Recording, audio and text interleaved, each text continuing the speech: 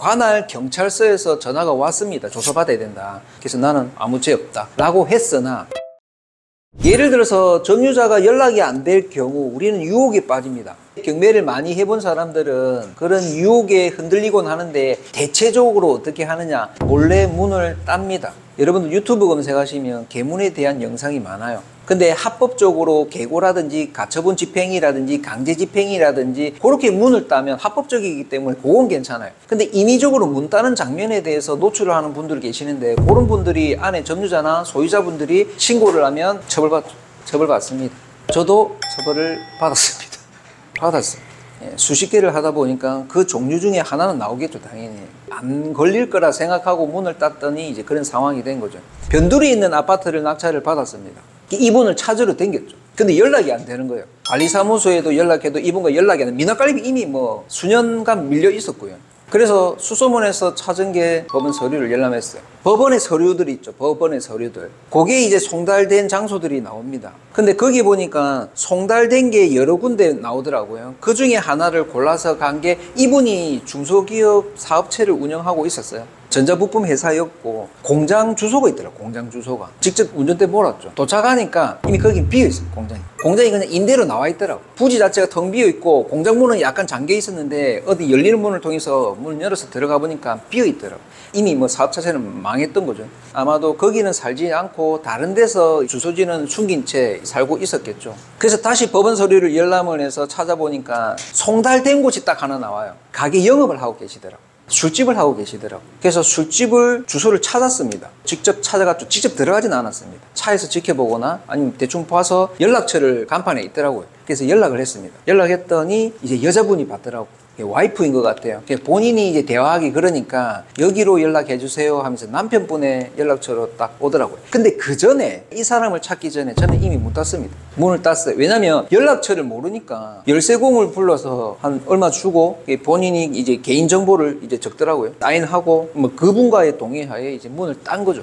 따니까 일단 기본적인 가제 도구나 이런 것들은 있어요. 폐기물하고 이미 중요한 것들은 가지고 거의 도주한 것처럼 이렇게 그런 느낌으로 나왔고, 그래서 그 속에서 이분의 연락처를 구하려고 막 해지고 댕겼죠. 근데 수첩이 하나 나오더라고. 예전에 자기 사업하면서 썼던 그 수첩에 명함이 하나 있어요. 명함이. 그 명함을 사진 찍어서 연락을 했더니 보고는 연락이 안 됐어요. 다른 사람의 연락처로 바뀌어 있더라고. 그래서 이제 아까 수소문에서 간 게 그 술집이었고, 그래서 이 분과 통화가 됐습니다. 남편분과. 제가 안에 확인해 보니까 짐들이 있더라. 그 짐을 언제쯤 가져가실 예정이냐. 근데 그 사람이 충격을 받은 거죠. 예? 들어갔어요?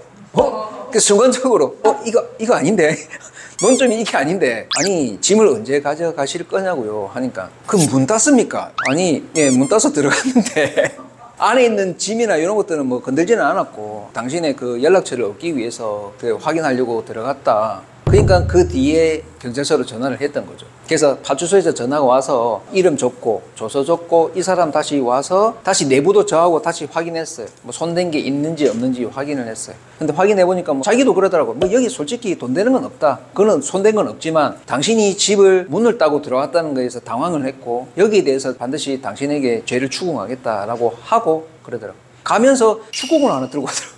문을 열더니 신발장에 있는 축구공을 하나 들고 가더라고요. 이 상황은 이 뭐지?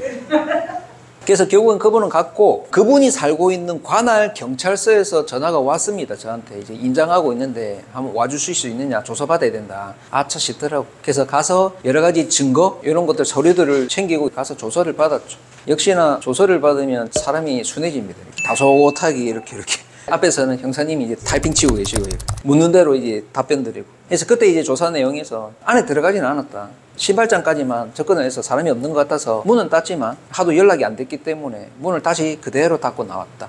그래서 나는 아무 죄 없다 라고 했으나 이미 들어간 거는 주거 침입죄에 해당이 되죠. 그래서 결과는 어떻게 되었을까요? 처벌이 될까? 저도 검색 엄청 많이 했죠. 그런 처벌보다는 벌금으로 초범. 실질적으로 우리가 주거 침입죄가 어디서부터 성립이 되냐면요, 문을 안 따도 성립이 돼요. 문 손잡이만 잡아도 거기서부터 시작이 되는 겁니다. 근데 문 손잡이 잡았다고 증거는 안 남죠. 근데 표시가 되려면 문을 따거나 뭔가 강제적으로 뭐 인위적으로 표시를 내거나 그랬으면 표시가 나기 때문에 거기서부터 신고가 되기 때문에 주거 침입죄로 해당되는 거지. 우리가 아파트 복도식 있죠. 그런데 보면 문을 살짝 열어보곤 하거든요. 그 자체가 주거 침입죄에 해당이 됩니다. 그러나 수많은 경매 투자자분들은 대다수가 그렇게 합니다. 그렇게 해서 많은 정보들을 얻으려고 노력을 하기 때문에 그럴 수밖에 없는 거죠. 제가 아는 분들도 그렇게 문을 따서 임의적으로 들어간 부분도 있지만 신고를 안 하면 모르는 상황이고, 또 그런 느낌도 났어요. 아, 이 사람이 약간의 덫을 놓은 듯한 느낌, 기다리고 있었다는 듯한 느낌.